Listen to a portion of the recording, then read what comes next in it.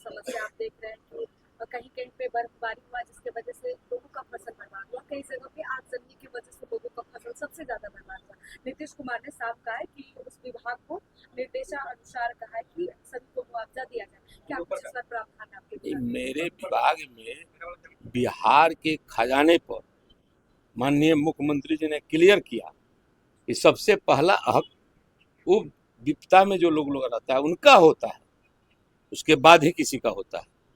तो इसलिए हम लोग इसको गंभीरता से लेते हैं। जितने भी फसल बर्बाद हुई है, चाहे आंधी या तूफान या बारिश, वो कृषि विभाग के द्वारा आकलन किया जाता है। वहां से आकलन करके हमारे पास जब आते हैं तो उसको हम लोग रिलीज करते हैं। लेकिन कुछ व्यवधान था, जिसे हमारे आपदा मंत्री बनने के बाद उसको ठीक किया गया। जैसे पैसा हम लोग दे देते थे कृषि विभाग को, सूची प्राप्त नहीं होता था। हमने सूची का भी मांग किया है कि जिलेवार प्रखंडवार आप किसानों की सूची बनाकर भेजें तो पैसा भेजेंगे। दूसरा चीज कि मैंने एक समय निर्धारण किया कि 3 महीना में जब हम पैसा आपको देते हैं कृषि विभाग को, तो 3 महीना में संबंधित व्यक्ति को मिलना चाहिए। पहले उसका कोई रूटीन टाइम नहीं था।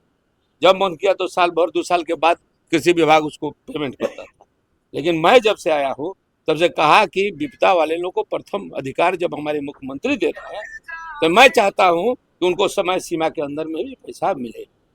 दूसरा चीज, आपदा में पहले सर्फ कटिंग का बिसरा जांच होता था। बिसरा में तो जो है पॉइजन आता था, तो मैंने कहा कि अब सर्फ की भी व्यवस्था को बदलनी जाए। यदि सर्फ काटता है तो 2 दांतें होती है, ऊपर एक दांत नीचे होता है। यदि फोटोग्राफी करके हमको मिल जाए तो उस पर भी पेमेंट हम लोग कर देते हैं। तो इससे राहत लोगों को बहुत हुआ है। बिसरा तो 2 साल 4 साल 5 साल लग जाता है। बहुत से अभी हमारे पास उस तरह के पड़े हुए हैं, लेकिन उसको हमने चेंजिंग किया है। और दांत का चिन्ह फोटोग्राफी करके किसी को काटता है तो सबसे पहले फोटोग्राफी कर ले कि साहब हमको सर्प ने काटा है। उसकी मृत्यु के उपरांत उसको पेमेंट हम लोग करें। बिल्कुल, इस बार तो कई जगह भूदर की वजह से लोग की मौतें हुई है, सर आप देख रहे हैं। उस पर भी हम लोग तो दिए। आपदा विभाग 4 लाख रुपया प्रत्येक व्यक्ति को दिया। माननीय मुख्यमंत्री जी ने 2-2 लाख दिया। माननीय प्रधानमंत्री ने 2-2 लाख रुपया दिया। एक भगदड़ में मरने वाले व्यक्ति को 8-8 लाख रुपया दिए हम लोग। सर, बैठक में कितने लोग आए, क्या क्या परेशानी? देखिए, इसमें संख्या आकलन करना हमारे लोग हैं।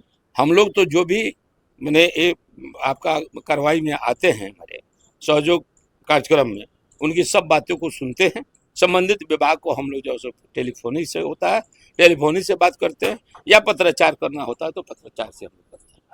नीतीश कुमार ने निर्देश ये भी दिया था कि अपने अपने पंचायत लेवल पर भी सारे मंत्री कार्य करेंगे, जाकर पंचायत लगाएंगे और जनता दरबार लगाने। देखिए, वो तो दरबार लगाते हैं हम लोग। आपको हर ब्लॉक में 15 दिनों में बैठक हम लोग लेते हैं।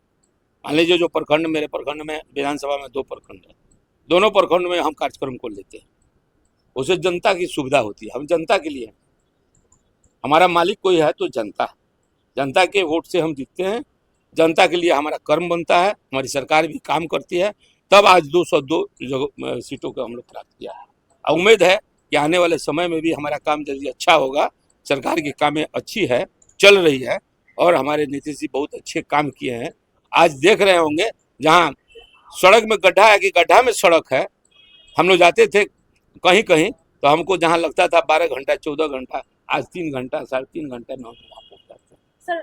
बिजली पहले था नहीं, एक आंधी आ जाए तो बिजली का पता ही नहीं चलता था कि 2 हफ्ता में आएगा कि नहीं आएगा। आज क्या है, बिजली कटा की तुरंत टेलीफोन बजने लगता है। जहाँ भी ट्रबल होता है उसको तुरंत जो सो संबंधित विभाग के लोग काम को करते हैं। एक लास्ट सवाल रहेगा सर, तेजस्वी यादव आए दिन कह रहे कि बिहार में शराबबंदी विफल है, सरकार दोषी है। देखिए, कोई भी सरकार होती है, आप पत्रकार मीडिया के लोग हैं, जानते हैं कि कोई किसी के दिमाग में नहीं रहता है क्या होगी। लेकिन कोई गलत कार्य करता है तो उस पर कार्रवाई भी होती है। आप देखे होंगे कि पूर्णिया के डीएसपी को भी सस्पेंड कर दिया गया, उनका संपत्ति भी कुर्क किया गया। डीओ थे हमारे यहाँ, उस पर जो है भ्रष्टाचार का छापा पड़ा और करोड़ों रुपया उनके पत्नी और उनके पास पकड़ा गया। तो सरकार कार्रवाई कर रही है।